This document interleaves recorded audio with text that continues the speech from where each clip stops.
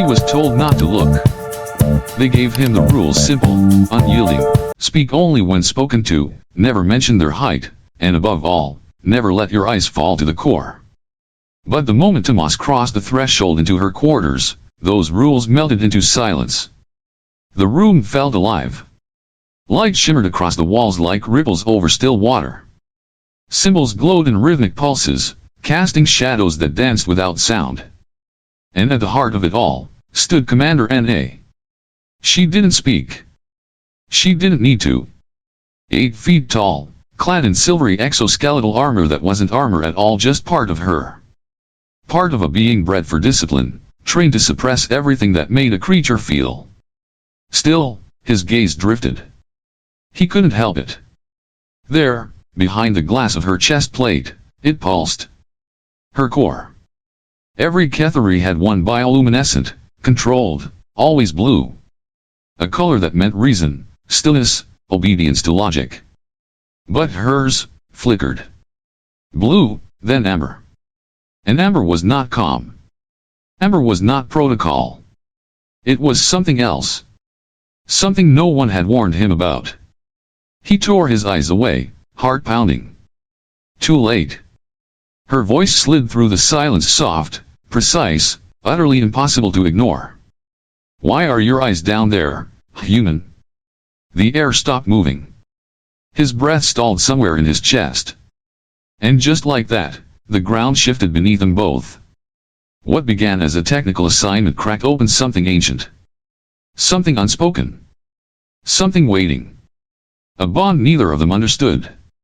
One that didn't care about species, or laws, or the distance between stars. By the time her hand found his, by the time she guided it gently to that flickering, golden core, and the garden around them responded with light. It was already too late. This was never just a repair job. It was the beginning of something neither of them were ready for. And neither of them could turn away from. The core interstretched ahead like the vein of some great, silent machine, pristine, too perfect, too still. Tomas Rivera walked alone, the echo of his boots lost in the artificial hum of the station's breath. He wasn't meant to be here, not really. Just a tech with a faulty assignment and a name nobody would remember if he vanished. His fingers tightened around the toolkit against his chest, the only thing grounding him as the walls began to shift in color, white to silver, silver to blue. This part of the station belonged to them. They had briefed him, quietly, carefully, don't stare, don't speak unless spoken to, and never mention their bodies. The Kethori were elegant, ancient, wrapped in biometallic skin that shimmered like moonlight on steel. People called it armor, but it wasn't, it was them. Tall, exact, and unreadable. And at the top of them all was her. Commander N.A. He had drawn the short straw. Her quarters were ahead, the only door without a label, as if language itself dared not define what waited behind it. Tomas stopped, shoulders tense, staring at the faint blue glow seeping from the seam. He could feel something beyond it, watching, waiting, or maybe just existing in a way he couldn't comprehend. He raised a hand to the chime, then hesitated. Not because he was afraid, though maybe he was, but because stepping through that door would change something. He didn't know what. Only that afterward, he wouldn't be the same. His breath slowed. One soft exhale. Then, with a touch, the panel lit. The door answered with a low, serpentine hiss. And the silence inside pulled him in. The door slid open, not with urgency, but with reverence, like it had opened only for her, and now tolerated him. Tomas stepped in and immediately felt a shift. The air was colder here. Not freezing, but thoughtful. It clung to his skin with a weight that wasn't temperature, it was presence. The light had no source, yet it touched everything, soft blues and faint violets blooming across the geometric walls, pulsing faintly like a heart deep underground. No hum from machinery. No clutter. No furniture he could name. Just silence and space, cured like an ancient ritual. He took a cautious step forward, unsure where to stand, unsure if standing was even permitted. Then, Commander N.A., OS. You are the environmental technician. The voice came from behind, as clear and sharp as a blade drawn slowly from a sheath. He spun instinctively, then froze. She stood in the doorway he had just entered through, and yet he hadn't seen her pass. As if she'd always been part of the room, waiting for the moment it noticed him first. Her frame was tall, far taller than he remembered from the hollows. 8 feet of poise and precision, her exoskeleton catching the blue light and bending it into reflections that danced along her limbs. Her face was symmetrical, almost too much so beautiful in the way deep space is beautiful, distant, unknowable, without apology. And in the center of her, pulsing through a transparent section of her chest, was the core. A soft glow, like a living jewel. Mostly blue calm, measured, but as he looked, a flicker of amber shimmered through, just for a moment. A color not in the manuals. A feeling unnamed. Tomas blinked, looked away too late.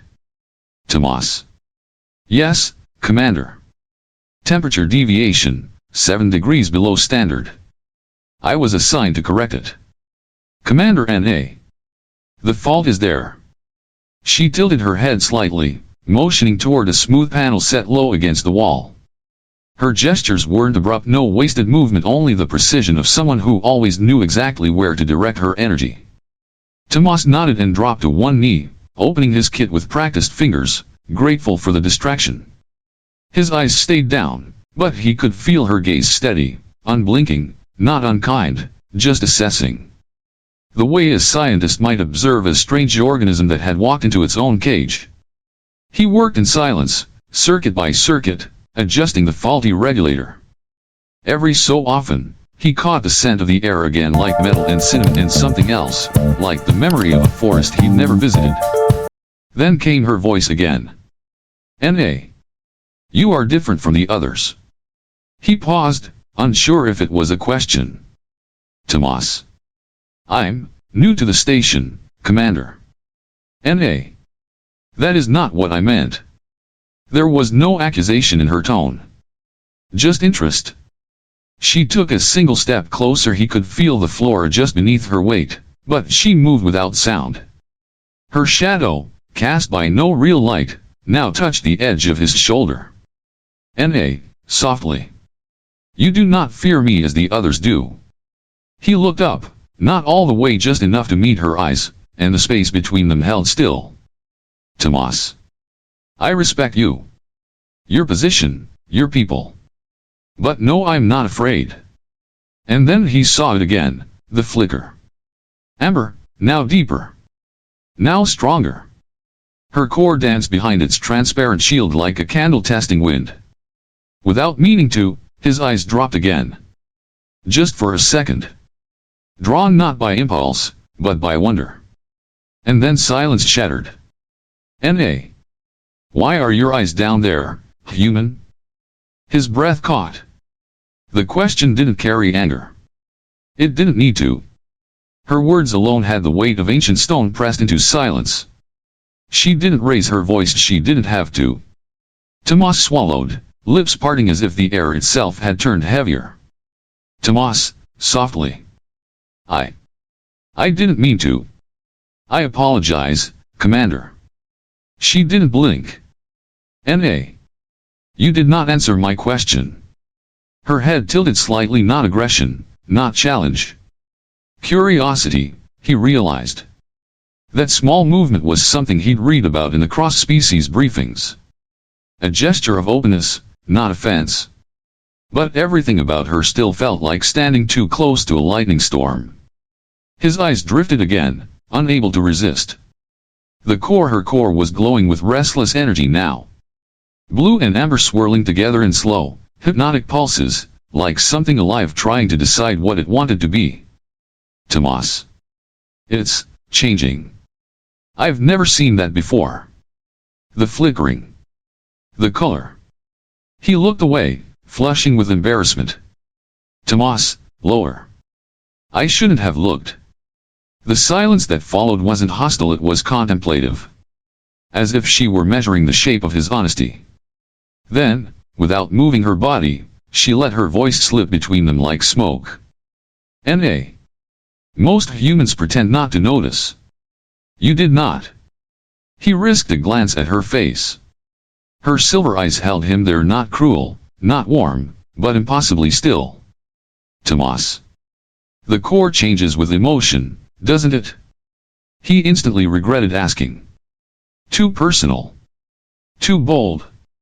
But she didn't chastise him. Instead, she turned slowly, her silhouette catching the ambient light, casting her into shifting layers of shadow and glow. She walked to the far side of the chamber, toward a large viewport overlooking the stars. N.A. Kethori do not discuss such things with outsiders. Her voice was almost a whisper now. Not because it was weak, but because something had shifted. The balance between formal and something else. Something unspoken. Tomas. I understand. I'm sorry if I... N.A. You are observant. That is not a flaw. She looked out into the stars, the reflection of the cosmos dancing faintly across the curves of her exoskeletal frame. N.A. continued. Emotion is not forbidden, only concealed. Controlled. Our logic depends on it. But the core speaks, even when we do not. It always has. Her hand rested lightly on the edge of the viewport. From where he stood, Tomas could see the amber glow growing stronger, the blue receding like a tide. N.A. The amber you see, it is rare. She turned slightly, just enough for her voice to reach him clearly. N.A. continued. Among my kind, it is associated with curiosity, and other things we are taught to bury. Tomas. Like what? She didn't answer right away. And in that silence, something else spoke, her core, flashing once, not with confusion, but clarity. N.A. softly. Discovery. Uncertainty. Desire. Tomas stood still, the word lingering in the air between them like heat after lightning. She faced him fully now. And for the first time, she stepped closer, not as a commander to a subordinate, but as a being drawn toward another, pulled not by duty but by resonance. N.A. Your eyes. They changed too, when you looked at me. Dilation. Shifted blood flow. Less visible than our cores, but just as real. Tomas said nothing. He couldn't. The space between them had become electric charged with a kind of tension that doesn't belong in instruction manuals.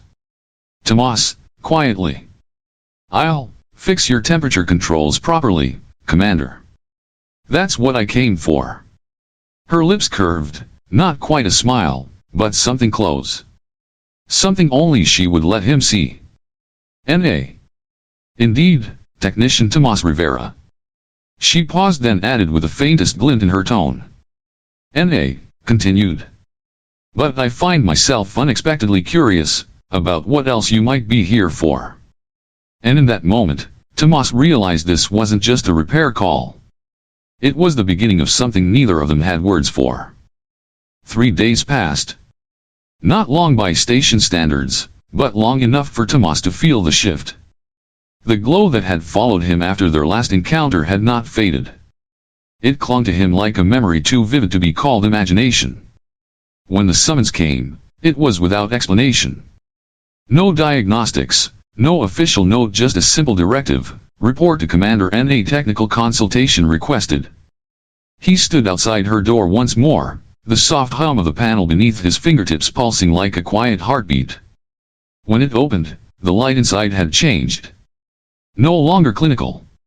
No longer cold. It had been dimmed soft and warm, touched with a hue that mimicked earth twilight. The shadows fell gently now, not sharply. Every surface seemed quieter somehow, as if waiting with breath held. N.A. stood by a floating holographic display. On it, rotating human anatomical schematics, emotional response charts, a highlighted cluster around the circulatory system of the face. N.A. Technician Rivera. She did not ask why he had come. She knew. Tomas. Commander. You requested assistance? N.A. Yes. I require information, not found in your databases. He stepped closer. The warmth of the room wasn't just environmental. Something in the air stirred differently around her now, like gravity bending gently between them. "N.A., softly." "Explain," blushing. He blinked, caught between confusion and fascination. "Tomas. That's not really a technical topic." She turned fully to him, her core pulsing softly. Blue with small, stubborn streaks of amber. "N.A. Alliance protocols state that technical staff are responsible for cross-cultural integration. Is that incorrect?" Tomas, smiling faintly. "No. You're right." He folded his arms, trying to recall his own biology like it was foreign data. Tomas continued. "Blushing is involuntary. It's a response usually to embarrassment, or emotional stimulation. Blood vessels dilate. More blood flows to the skin of the face, making it red. N.A. Involuntary." She stepped forward, slowly, her movements fluid like a dream in motion. "N.A. continued. Like our cores." He nodded, voice quieting to meet hers. "Tomas. Exactly. We can try to hide it, but it shows, just like yours. N.A. You are perceptive." She motioned toward a new section of the room, one he hadn't seen before. A platform low to the floor, with cushions. No, not cushions. Something designed for human posture. A deliberate mimicry of comfort. "N.A. continued. I have configured this space for your kind. Please sit. Assist me further." Tomas lowered himself slowly, half unsure if the ground would vanish beneath him. She sat opposite, the difference in their forms striking. Even seated, she towered above him. Yet now, she did not seem distant. Her presence no longer loomed. It invited. "N.A. Among the Kethori, we are taught that the core is the center of logic, not feeling." She placed a hand over her chest, where the glow of her core was now more amber than blue. "N.A. continued. We are trained from childhood to maintain resonance in the blue spectrum calm. Disciplined. Anything else is discouraged." Tomas's gaze met hers, the silence between them shifting into something weightless. "Tomas. But it happens anyway. N.A. Especially, when you are near." The air grew still.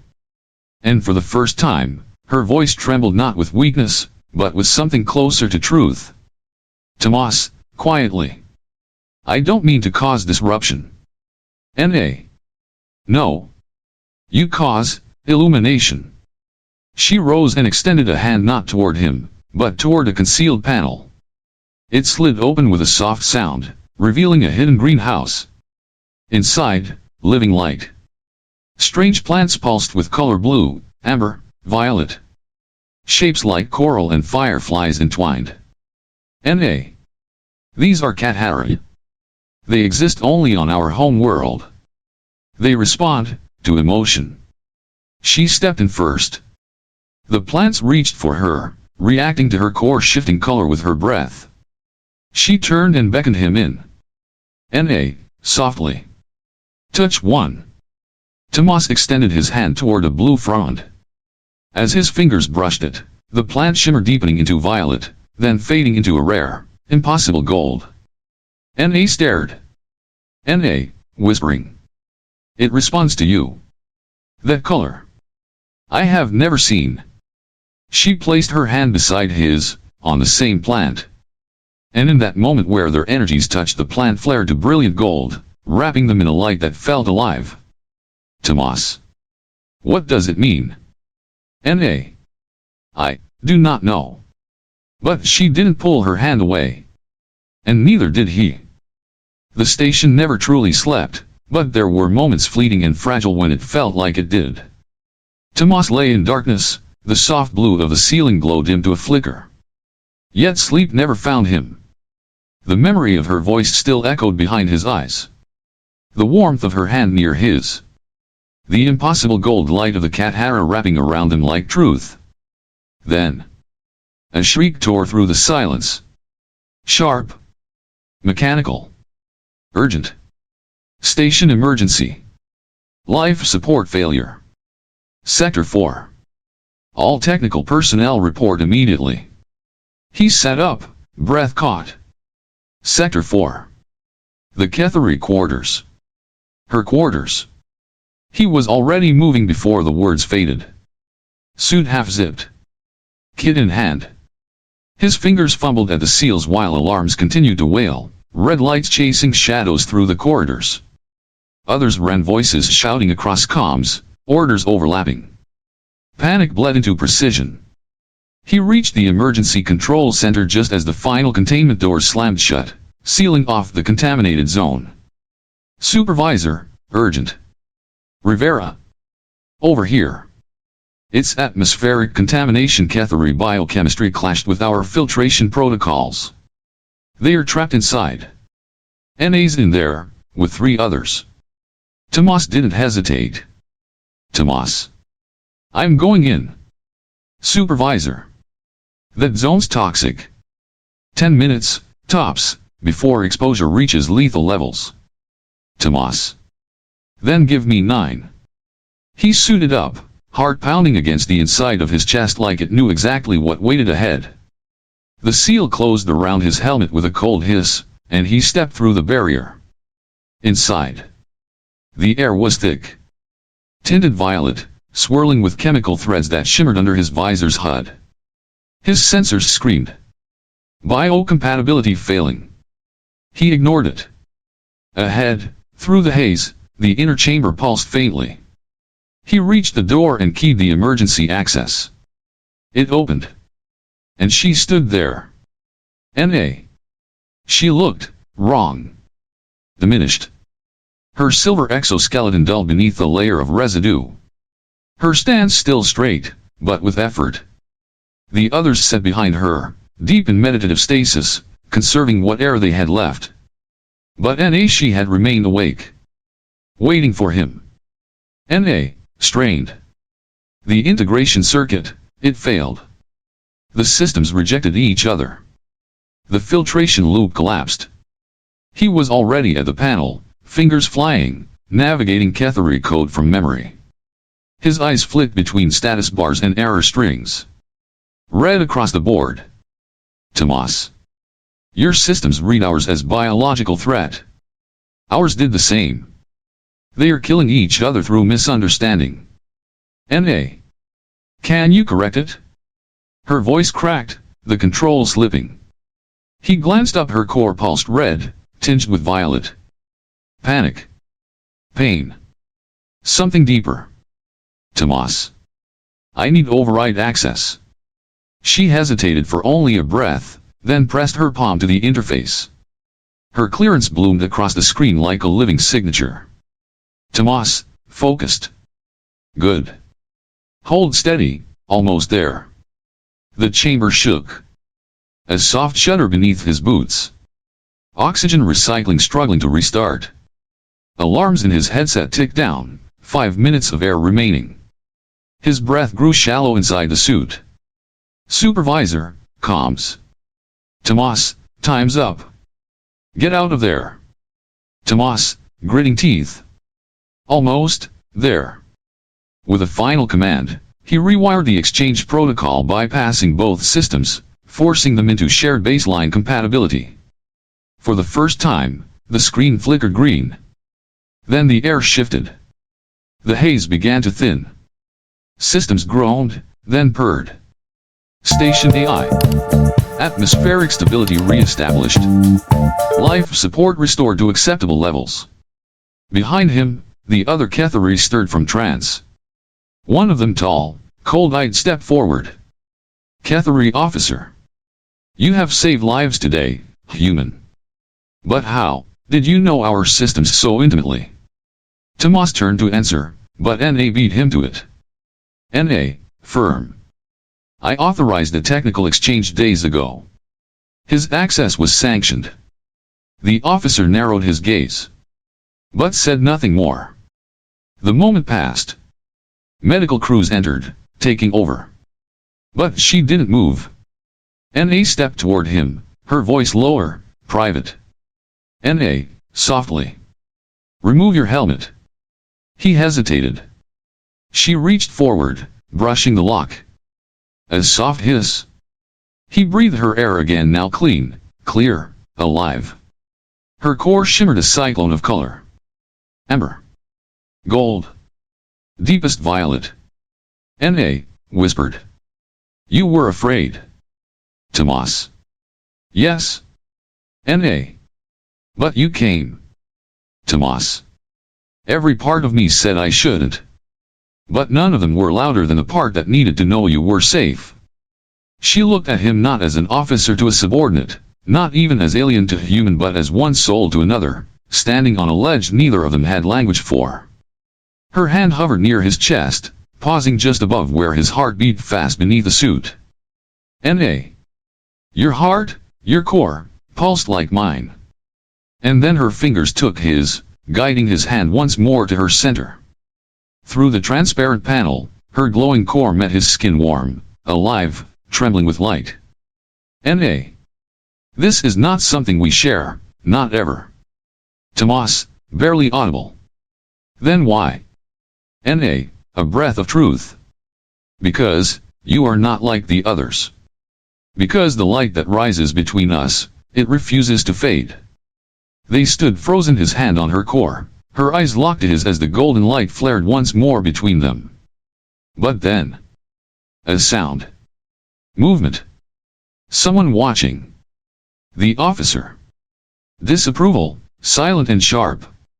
N.A. stepped back, voice returning to formality, but her core still burned gold.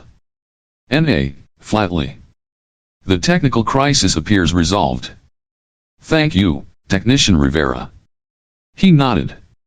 Words caught in his throat. But just before he turned. N.A. Lo. I will be in the Arboretum. 400 hours. The Cathara have been moved there. It wasn't a request. It was a promise. It was quiet here. Quieter than the rest of the station dared to be. The Arboretum sat beneath a dome of false moonlight, designed to nourish nocturnal flora.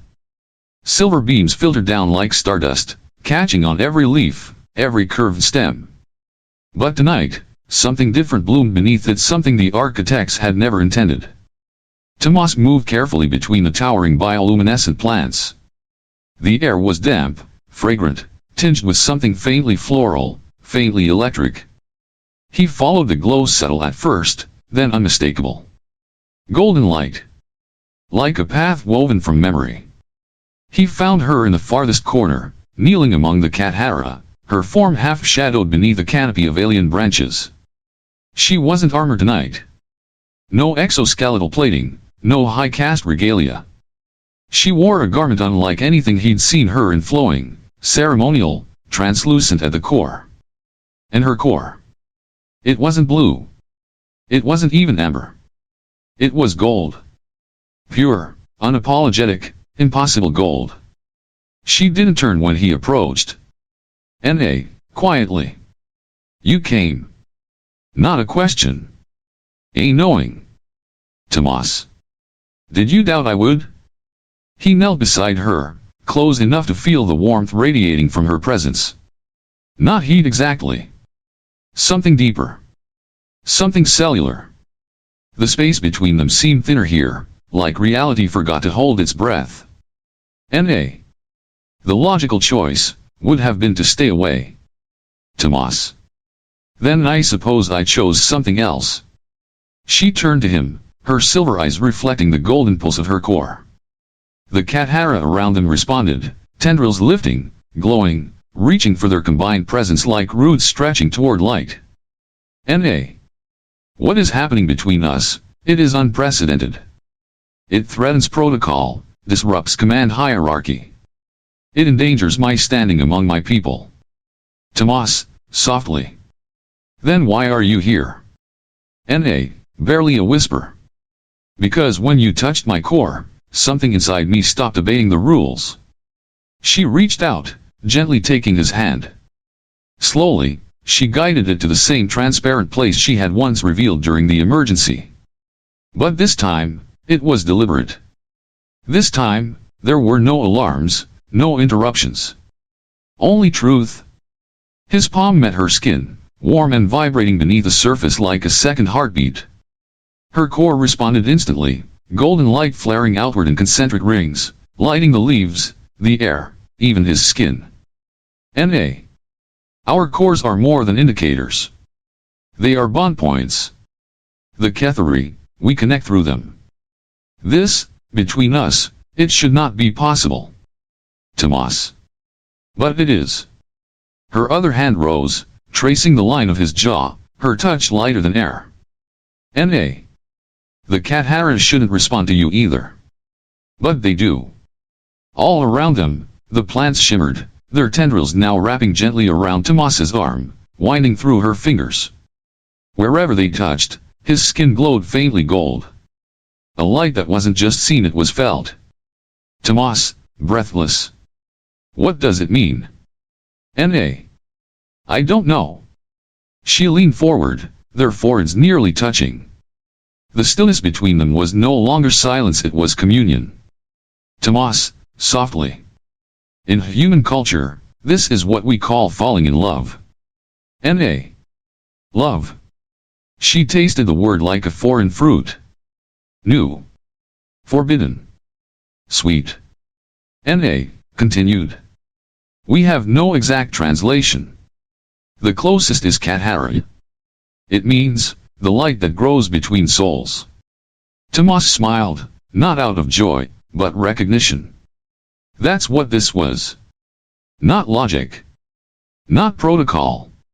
Not even instinct. Something sacred. Tomas. That's more beautiful than our word. N.A. Then show me how you express it. He paused. Then leaned in. Her lips were cooler than human skin, velvet-like, unfamiliar but yielding. The kiss wasn't rushed. It wasn't urgent. It was exploration. A question without words, answered only by the way their bodies aligned, by the way the light flared between them. Golden. Uncontainable. All around them, the Cathara bloomed, not one or two, but all of them bursting open in radiant waves, filling the chamber with golden pollen light that sparkled like stars being born. She pulled away, breath unsteady. N.A. This is why we avoid such emotions. The intensity, it overwhelms logic. Tomas. Is that such a terrible thing? She didn't answer. Not with words. Instead, she rested her forehead against his. And together, they breathed in the gold. The bloom hadn't yet faded. The golden pollen still danced in the air, suspended like time itself had forgotten to pass. Tomas and N.A. remained close breath to breath, their foreheads touching, still joined by that invisible thread neither could name, yet both now knew was real. But reality was never far behind. A harsh light spilled into the chamber, sudden and cold. The dome's ambient glow was overridden, replaced by the unforgiving white of command override. Footsteps. Heavy. Precise. And then. Voice, stern. Commander N.A. They turned. At the edge of the chamber stood Elder Thaxus, wrapped in ceremonial robes, the insignia of the High Council gleaming beneath the light. Behind him, the same Kethori officer who had watched them before, and two guards clad in high-clarity regulation armor. Everything froze. The light between Tomas and N.A. didn't fade, it resisted. Thaxus. This display is unacceptable. N.A. rose slowly, tall and unyielding, though her core still burned gold beneath her garment. N.A. Elder Thaxus. I was not informed of your presence aboard. Thaxus, coldly. I arrived upon urgent reports. Of emotional compromise. Of forbidden contact with alien personnel. I see now those reports were understated. He turned his gaze to Tomas, flat, clinical. Thaxus, to guards. Remove the human. Restrict him from all further contact with Kethori personnel. The guards stepped forward. Tomas moved instinctively, ready to resist, but N.A. raised a hand, stepping between him and their path. N.A. No. The word echoed unflinching, unwavering. Her voice didn't rise, yet it carried through the Arboretum like thunder wrapped in silk. N.A. continued. I invoke the right of personal domain. As commander of the Third Circle, it is within my rights to challenge this separation. Even Thaxis faltered. Just for a breath. Thaxis. You would challenge High Council authority for a human? N.A. I challenge the Council's blindness. You speak of tradition, but forget our oldest one. She reached back and took Tomas's hand, guiding it once more to her core. It pulsed brighter with his touch. The plants around them responded instantly, their glow intensifying, tendrils lifting, curling gently toward the couple. N.A. continued. The Cathara bond is real. Thaxis, stern. That bond is sacred. But it was never meant to exist between species. Tomas. Maybe it wasn't meant to. But it did. He stepped forward, facing the elder not as a soldier, not as a threat, but as a man who had seen something beautiful and couldn't let it be erased. Tomas continued. Your plans, they don't lie. They responded the moment we touched. And they've responded ever since. The light around them glowed stronger now. Gold spilling like breath from the roots of the Cathara to the ceiling dome above. Even Thaxis could not ignore it. Thaxis, quiet. This, anomaly. It will be studied. Separated. Controlled. N.A. You can study what you wish. But I will not deny what is real. She turned, locking eyes with Tomas. N.A. firmly. I am prepared to sacrifice rank, title, position, but not truth. The elder was still. So were the guards. The only thing moving in that space was the light, the undeniable, uncontainable golden light. Then, with slow deliberation, Thaxis gave a slight nod. Thaxis. You will return to the home world for examination and re-evaluation. Your post here is suspended. Tomas. And me? Thaxis. You will be reassigned. Removed from Kethori's sectors. Contact between you and Commander N.A. is to cease immediately. A silence deeper than all the ones before descended. N.A. turned to Tomas, her hand still in his. She squeezed gently. N.A. whispered. This isn't over. And as the guards escorted her from the chamber, her core still burned gold. And for the first time since Tomas had arrived on this station, the light in the Arboretum began to fade. Time slipped by in quiet rebellion. The outer ring of the station had no windows, no starlight, only recycled air and metal echoes that never quite sounded like home. Tomas moved through his new post like a ghost present in motion, absent in spirit. He fixed things. He nodded when spoken to. He smiled when necessary. But the part of him that mattered had stayed behind, somewhere in the golden light of a garden that no longer bloomed. The Arboretum had dimmed. The Cathara plants once full of color and pulse now hung like tired memories. Botanists called it seasonal regression. Tomas didn't correct them. Let them study the soil. The roots. The lighting. They wouldn't find what was missing. One morning, without fanfare, a message arrived. His name. A location. No reason. He entered the director's office to find Elder Thaxis already waiting, tall as ever, composed as ever, with a core that had never dared to glow. No expressions. No warmth. Just the weight of protocol wrapped in silence. But then came something unexpected. A small silver device, placed gently on the table. A message. From her. Tomas took it without a word and stepped into the nearest empty chamber. The door sealed behind him. The lights dimmed. The device activated. And then there she was. Not a projection. Not just data. Her. N.A. stood in the hologram as if time had folded in on itself. Her voice was calm, but there was something in her eyes, something soft, unguarded. Something she would never show in person unless it was earned. She told him what had happened. The rituals. The attempts to suppress what lived inside her. They had tried to erase him from her with tradition, with doctrine, with chemicals, and silence. But the light never went out. Her core, she said, still burned gold. Still pulsed his name. She no longer resisted it. She had begun to speak about it. To teach. To challenge the sacred assumption that emotion diluted reason. And to her surprise, she had grown stronger. She had been offered a return not as a cautionary tale, but as a voice for something new. But she wouldn't come unless he wanted her to. Unless the connection still lived in him too. Then the image faded, and the room fell quiet once more.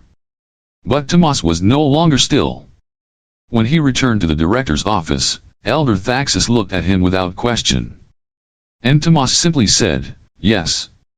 2 weeks later, the docking bay opened to receive a ship that carried more than cargo.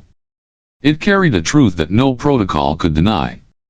She stepped out, and the moment he saw her, he knew nothing had faded.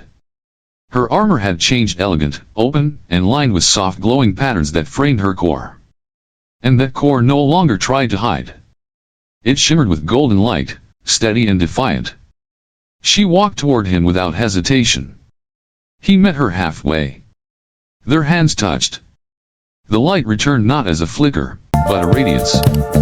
A quiet roar of recognition. And in that silence between them, surrounded by observers from both species, she leaned forward.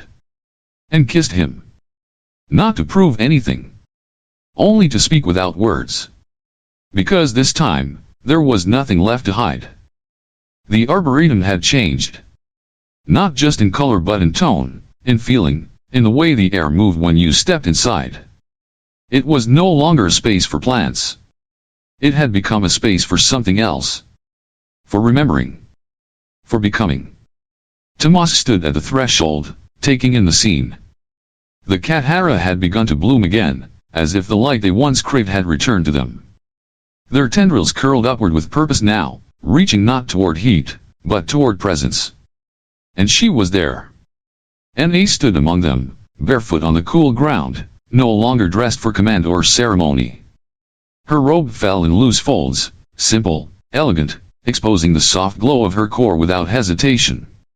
She turned to him without surprise. You came. Of course I came. He moved to her slowly, letting the space between them collapse gently, like a breath being released after being held too long. They stood in the middle of the garden as the plants pulsed softly around them, mirroring their presence, not intruding on it. Some still fear this, she said. And some always will. She nodded. But enough have seen. Enough have understood. Not everything needs to be rewritten, just remembered. Even our oldest stories spoke of this bond, they were simply buried too deep. She took his hand again, not with urgency, not with passion but with recognition. As if confirming, once more, that the light was still there. They sat together among the Cathara, letting silence say what words couldn't. Her fingers traced the inside of his palm. His head leaned gently to hers. The air didn't move, but it carried weight, warm, golden, sacred. We were taught that boundaries exist to protect us, she whispered. But what if they've only kept us apart from what we could become? He didn't answer. He didn't need to. Because in that moment, the light between them responded again, gathering in slow, glowing waves. The plants joined them, gently brushing against their arms, their backs, their breath. Every place where skin met life, the golden hue deepened. And then, something new happened. The Cathara didn't just glow. They bloomed. Every one of them, at once, as if responding to a signal from beyond biology. Their blossoms opened in silence, white and luminous, painting the garden in a light that wasn't just seen, it was felt. She looked at him. This isn't just between us anymore, is it? No. This is a beginning. She leaned forward, resting her forehead to his as she had once done. The contact sent a shimmer through the garden, as if even the air wanted to witness. And what happens next? We walk into it. Together. Their lips met again, not as defiance. Not as declaration. but as understanding. A seal placed not on love, but on transformation. Around them, the golden light spread like dawn, quiet and slow, illuminating a new path neither of them had planned, but both were ready to follow.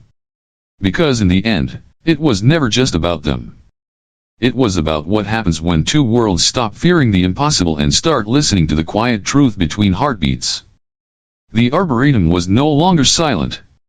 It breathed with them now, slow, steady, alive. As Tomas and Na moved through the garden, the Cathara responded in waves of soft golden light, as if each step they took reminded the plants of something ancient, something sacred that had almost been forgotten. No words passed between them at first. There was no need. The air between them carried a kind of quiet resonance, like music you feel before you hear. The kind that lingers even after the last note fades. Na reached out to a low-hanging bloom, her fingers grazing its edge. The petal lit up, responding not just to touch, but to presence. Around them, the garden stirred not in chaos, but in reverence. She turned to him, her voice barely above a whisper. Our people still fear what they cannot measure. But this bond, it doesn't ask for permission anymore. It simply exists. She stepped closer, her gaze not guarded now, but open. Her core pulsed in soft amber, layered with threads of gold, visible and unashamed. Tomas could feel it, even from a distance, that gentle warmth that didn't demand understanding, only acknowledgement. Their hands met, and with it, so did everything else. The Cathara brightened, not in flashes, but in ripples that moved like breath through the leaves and roots. It wasn't a reaction. It was a welcome.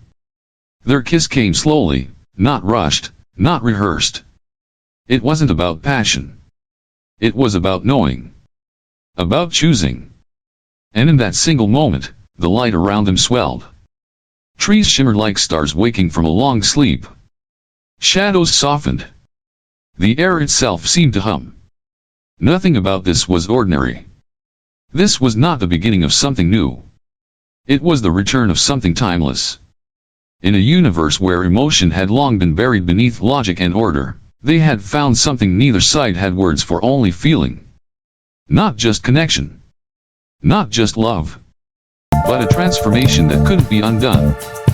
And so, what began with a stolen glance and a question whispered in stillness, became something no treaty could predict, no protocol could contain. Between a human who wasn't supposed to look, and an alien taught never to feel, something awakened. Not just curiosity. Not just attraction. But Cathara, the light that grows between souls. It challenged their traditions.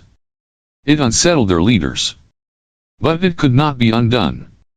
Because in the space between logic and instinct, between duty and desire, they didn't just find each other. They found a new way forward. And maybe, just maybe, that's how all great change begins. Quietly. Unintentionally. Beautifully. Thank you for joining us on this journey. If this story stirred something in you, there's more waiting beyond the stars. Subscribe to Alien Chronicles to hear what happens when boundaries are crossed, when connections form in impossible places, and when the universe dares to feel. We'll see you in the next transmission.